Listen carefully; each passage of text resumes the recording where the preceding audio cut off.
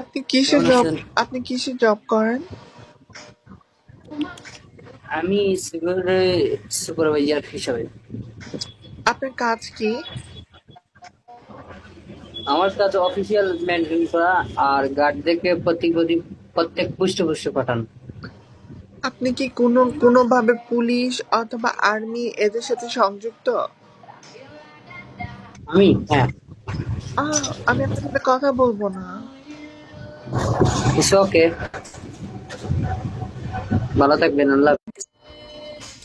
Only love can hurt like this. Sorry, কিছু মনে করবেন না, আমার তাদের পছন্দ না। Only love can hurt like this.